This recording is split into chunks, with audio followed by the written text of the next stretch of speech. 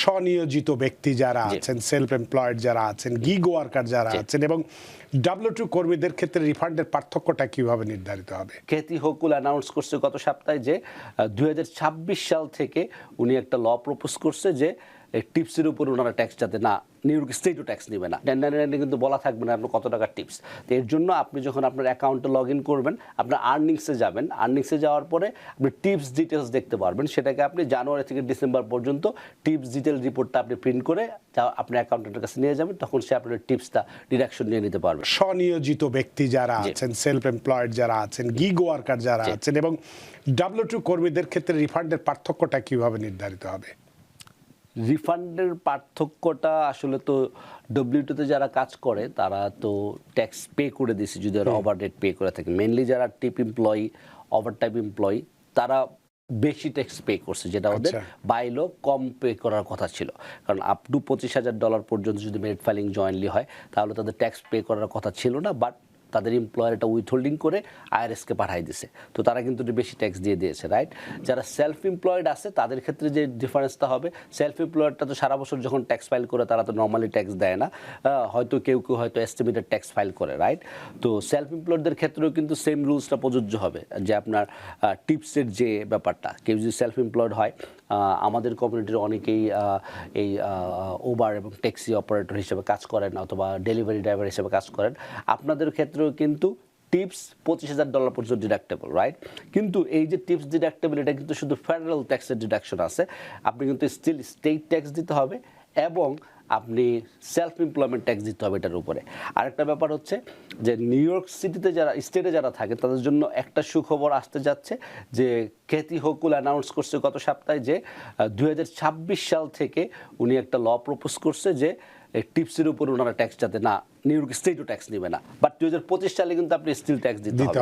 তো tips employee যারা self employed employee আছেন তাদের জন্য আপনাকে স্টিল আপনার নিউ ইয়র্ক স্টেটের ট্যাক্স দিতে হবে। এখন এইটা আপনি মেক শিওর করতে হবে ট্যাক্স ফাইল করার সময় যে টিপস এবং ওভারটাইমের উপর যে ট্যাক্সটা নাই শুধু ফেডারেল, এটা কিন্তু স্টেটের ট্যাক্স আপনাকে স্টিল দিতে হবে।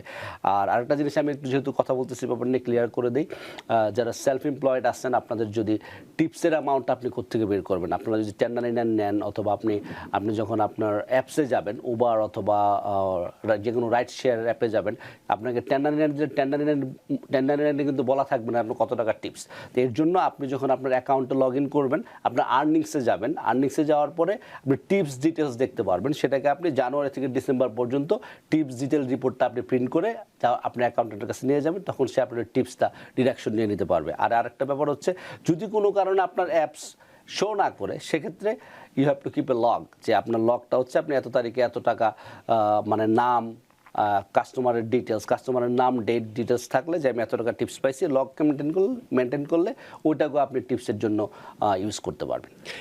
অনেক ধন্যবাদ। আসলে আমরা এই কোভিড পরবর্তী সময় থেকে বিভিন্ন সময় আমরা দেখছি, বিগত বেশ কিছুদিন ধরেই আমরা নানাভাবে নানা দিক থেকে, মানসিক যন্ত্রণা হোক বা আর্থিক সংকট হোক, জিনিসপত্রের দাম বাড়ার কারণে হোক, বাড়ি ঘরের দাম বেড়ে যাওয়ার কারণে হোক, ভাড়া বাড়ানোর বিভিন্ন দিক থেকে আমরা একটা অস্থির সময় পার করছি। সে কারণে সবসময় কেন যেন এই বাংলা প্রবাদের কথা আবার মনে পড়ে, যে চুন খেয়ে গাল তেতেছে, দই দেখেও ভয় পাই আমরা।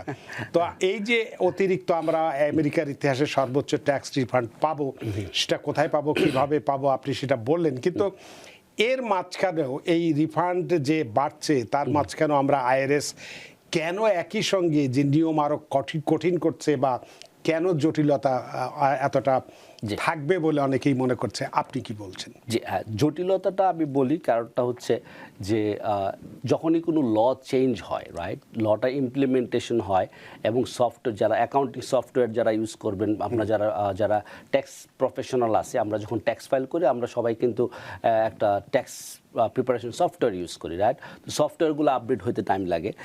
এখন যদি আপনি লগ ইন করেন যে কোনো software, most of the software এখনও ওইভাবে আপডেট করা হয় না, টিপসটাকে কীভাবে ট্যাকেল করবে বা আপনার নতুন ল চেঞ্জগুলো কীভাবে ট্যাকেল করবে। কিছু ব্যাপার থাকে যে এই জন্য আমরা সবসময় বলি হ্যাভ টু গো, আপনি চুজ করতে হবে একটা প্রফেশনাল যে ব্যাপারগুলো জানে এবং একজন অভিজ্ঞ ট্যাক্স প্রিপারের কাছে আপনাকে যেতে হবে। কারণ আমরা প্যান্ডেমিকের সময় দেখেছি 2021 সালে যখন ট্যাক্স ফাইল করছেন, আমাদের যে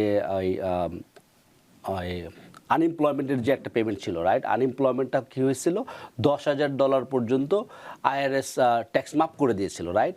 তো $10,000 আইআরএস ট্যাক্স মাফ করে দিয়েছে, বাকিটার উপর আপনাকে ট্যাক্স দিতে হয়েছে, এবং স্টেট আবার এই ট্যাক্সটা মাফ করে নাই, স্পেশালি নিউ ইয়র্ক স্টেট ওই ট্যাক্সটাকে মাফ করে নাই। তো আমরা দেখেছি অনেক ট্যাক্স প্রিপেয়ারার যে ট্যাক্স ফাইল করার সময় আইআরএস এবং স্টেট দুই জায়গা থেকে ডিডাকশন নিয়ে নিছে, রাইট? তো একটা সময় পরে 1 বছর 6 মাস পরে সবাই চিঠি পাইছে, আমাদের কাছে আসছে যে আমার তো স্টেট আমাকে চিঠি পাঠাইছে।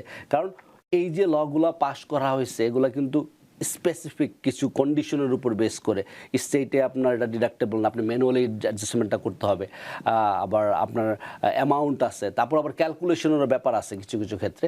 তো এই জটিলতাটা তৈরি হবে যে অনেকেই হয়তো যাবে ট্যাক্স ফাইল করতে, তারা হয়তো অভিজ্ঞ না, তারা হয়তো প্রিপেয়ার্ড না, তারা হয়তো ল সম্বন্ধে অত একটা আপনার রিসার্চ করে নাই, তাহলে হয়তো হবে কি যে আমাদের মনে হয় যে আমরা অনেক ভুল দেখতে পাবো একটা সময় পরে, বা অনেকে হয়তো ভুল করবে। তো মেক শিওর করবেন যারা আমাদের ভিউয়ার আছেন আপনারা অ্যাটলিস্ট জানেন যে এইগুলো আপনি প্রপারলি ডিডাকশন নেওয়া হয়েছে কিনা, প্রপারলি স্টেট এবং আইআরএস অ্যাপ্লিকেশনটা প্রপারলি করা হয়েছে কিনা। তো এই যে আমাদের টিপস এবং ওভারটাইম, এই দুইটা যে আপনার ট্যাক্স দিতে হচ্ছে না, এটার মধ্যে কিন্তু ক্যাপ আছে, রাইট? Up to $25,000।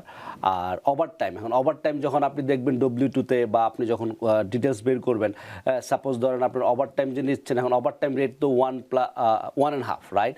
এবার আপনার যদি 20 টাকা ঘন্টা যদি আপনার স্যালারি হয়, আপনি যদি ওভারটাইম করেন 1.5 হবে আপনার $30, রাইট? এখন পুরো $30 কিন্তু ডিডাক্টেবল না, এই $30 মধ্যে ওভারটাইম পোরশন হচ্ছে মাত্র $10, $20 আপনার রেগুলার রেট। তো আপনি এই $10 উপরে ট্যাক্স দিতে হবে না, নট দ্য $30, রাইট? ওই $20 আপনি স্টিল ট্যাক্স দিতে হচ্ছে। So this are the thing that sensitive you have to remember.